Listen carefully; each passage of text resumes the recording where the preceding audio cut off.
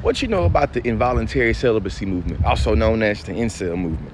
Being real, I had never heard of this incel movement until I got on TikTok, but I learned real quickly it's a sad, desperate group of men that's tired of choking their chicken, so they blame it on women, you feel me?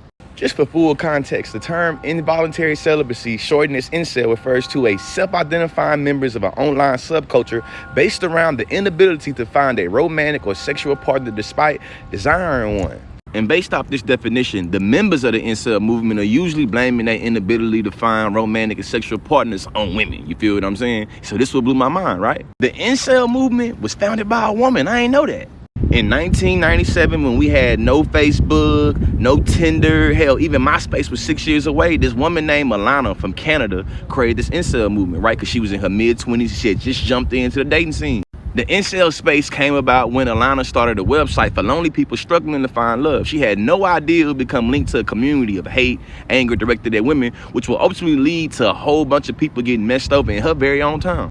Alana says it had taken her a long time and she was a kind of a late bloomer when it came to the dating scene. She said maybe that she thought there was other late bloomers out there, and she noticed that it was a lot of people that talked about being lonely virgins, and people would make silly jokes about them who didn't start dating in their teens, she said. She was living in Toronto, Canada, and started the website Alana's Involuntary Celibacy Project for those who were struggling to form a loving relationship. She described the site as a friendly place for simple website for those who posted articles and ran the mailing list. In the beginning, it started off as a forum for men and women to talk about being lonely, where they can come wonder aloud and don't have to worry about being ridiculed. This article says there was probably a bit of anger in some men that were a bit clueless about how women are unique individuals, but in general, it was a supportive space.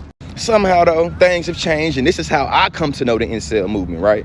When Alana first came up with this movement, it definitely wasn't a bunch of guys blaming women for their problems. See, Alana abbreviated the involuntary celibacy movement as Incel until someone ingested the incel was easier to say. It says the word incel used to mean anybody of any gender that was lonely and never had sex or hadn't been in a relationship in a long time, but we can't call it that anymore. Now it's just a group of a bunch of F-boys with a whole bunch of internalized mommy problems that's taking it out on the world that believe the entire wrath of women should always already be attracted to them. Now, not only is the misogynist incel movement spreading, and for y'all that don't know, misogyny is defined as the dislike or contempt, ingrained prejudice against women. Incels are literally becoming the newest domestic threat in America. And this is what we start getting into. People talking about analogies with keys and doors, where dudes become keys and women become doors. And they say a key that can unlock any door is a good key, but a door that can be unlocked by any key is a bad door. That's some incel movement thoughts. My question to y'all is, did y'all know the incel movement was started by a woman? And does this change the perception at all of this movement?